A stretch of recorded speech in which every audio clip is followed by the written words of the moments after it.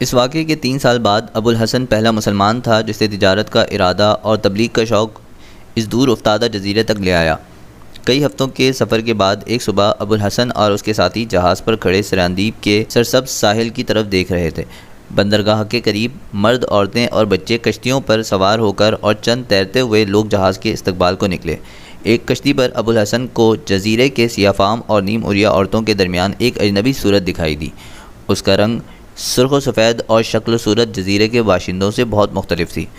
دوسری کشتیوں سے پہلے جہاز کے قریب پہنچنے کے لیے وہ اپنی کشتی پر کھڑی وطنومند ملاحوں کو جو کشتی کے چپو چلا رہے تھے ڈانٹ ڈپٹ کر رہی تھی۔ یہ کشتی تمام کشتیوں کو پیچھے چھوڑتی ہوئی جہاز کے ساتھ آ لگی۔ لڑکی نے ابو الحسن کی طرف دیکھا اور اس نے بلباک نگاہوں کا جواب دینے کے بجائے منہ دوسری طرف پھیر لیا۔ ابو الحسن کے ساتھیوں کو بھی عورتوں کا نیم عریاں لباس پسند نہ آیا۔ حسین لڑکی نے جہاز والوں کی بااعتنائی کو اپنی توہین سمجھتے ہوئے سراندیپ زبان میں کچھ کہا، لیکن جہاز پر سے کوئی جواب نہ آیا۔ اچانک ابو الحسن نے کسی کی چیخ و پکار سن کر نیچے دیکھا۔ کشتی سے 8-10 گز کے فاصلے پر وہی خوبصورت لڑکی پانی میں گوتے کھا رہی تھی، اور کشتی والے اس کی چیخ پکار کے باوجود سخت بے اعتنائی سے اس کی طرف دیکھ رہے تھے۔ ابو الحسن نے پہلے رسی کی سیڑھی پھینکی، لیکن جب اس بات کا یقین ہو گیا کہ لڑکی کے ہاتھ پاؤں جواب دے رہے ہیں اور وہ سیڑھی تک نہیں پہنچ سکتی تو وہ کپڑوں سمیت سمندر میں کود پڑا۔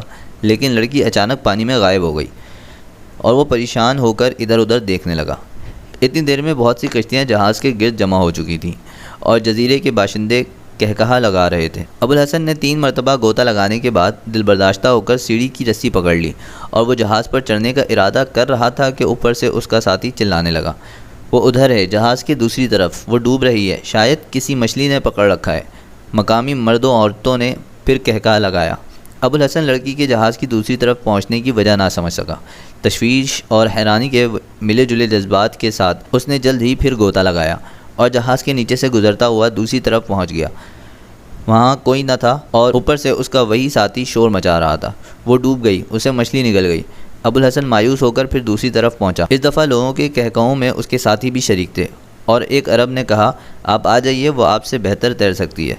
ابو الحسن نے خسیانہ ہو کر سیڑھی پکڑ لی، لیکن ابھی ایک ہی پاؤں اوپر رکھا تھا کہ کسی نے اس کی ٹانگ پکڑ کے پانی میں گرا دیا۔ اس نے سنبھل کر ادھر ادھر دیکھا تو لڑکی تیزی سے سیڑھی پر چڑھ رہی تھی۔ ابو الحسن جہاز پر پہنچا تو اس کے ساتھی پریشان ہو کر جزیرے کی لڑکی کے کہکہے سن رہے تھے۔ لڑکی نے ابو الحسن کی طرف دیکھ کر عربی زبان میں کہا، مجھے آپ کے بھیگ جانے کا بہت افسوس ہوا۔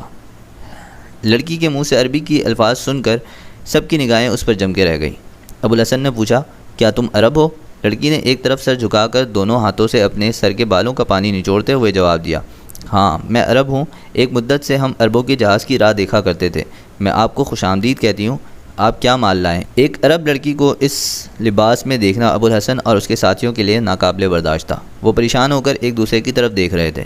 لڑکی نے اپنے سوال کا جواب نہ پا کر پھر پوچھا، میں پوچھتی ہوں آپ کیا مال لائے ہیں؟ آپ حیران کیوں ہیں؟ کیا عرب عورتیں تیرنا نہیں جانتی؟ آپ کیا سوچ رہے ہیں؟ اچھا میں خود دیکھ لیتی ہوں۔ ابو الحسن نے کہا، ٹھہرو، ہم گھوڑے لائے ہیں، میں تمہیں خود دکھاتا ہوں، لیکن میں حیران ہوں کہ اس جزیرے کے عرب ابھی تک زمانہ جاہلیت کے عربوں سے بدتر زندگی بسر کر رہے ہیں۔ انسانوں کا سا لباس پہننا اور مردوں سے حیا کرنا کسی نے نہیں سکھایا؟ لڑکی کا چہرہ غصے سے سرخ ہو گیا۔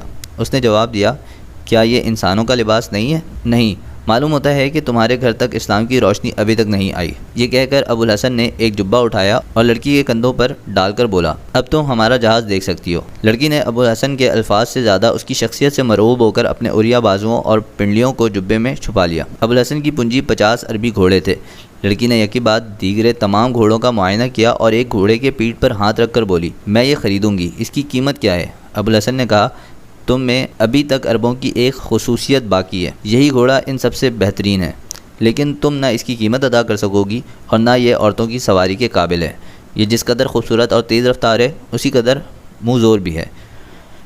لڑکی اس جواب پر مسکرائی اور بولی، خیر دیکھا جائے گا، آپ نے جہاز اتنی دور کیوں ٹھہرایا؟ ابو الحسن نے جواب دیا، میں اس ملک کی حکومت سے اجازت لینا ضروری خیال کرتا ہوں۔ لڑکی نے کہا، سراندیپ کا راجہ ایک مدت سے عربوں کے جہاز کا انتظار کر رہا ہے، جہاز کنارے پر لے چلیے۔ لیجیے، راجہ کے امیر البحر خود ہی پہنچ گئے۔ دلیپ سنگھ عبد الشمس سے غیر تعلقات کے بدولت عربی میں اچھی خاصی اچھی خاصی استعداد پیدا کر چکا تھا۔ اس نے جہاز پر چڑھتے ہی عربی زبان میں کہا، آپ نے جہاز اتنی دور کیوں ٹھہرا لیا؟ ابوالحسن کے بجائے لڑکی نے جواب دیا، ان کا خیال تھا کہ شاید جہاز کو بندرگاہ پر لگانے سے پہلے راجا سے اجازت حاصل کرنا ضروری ہے۔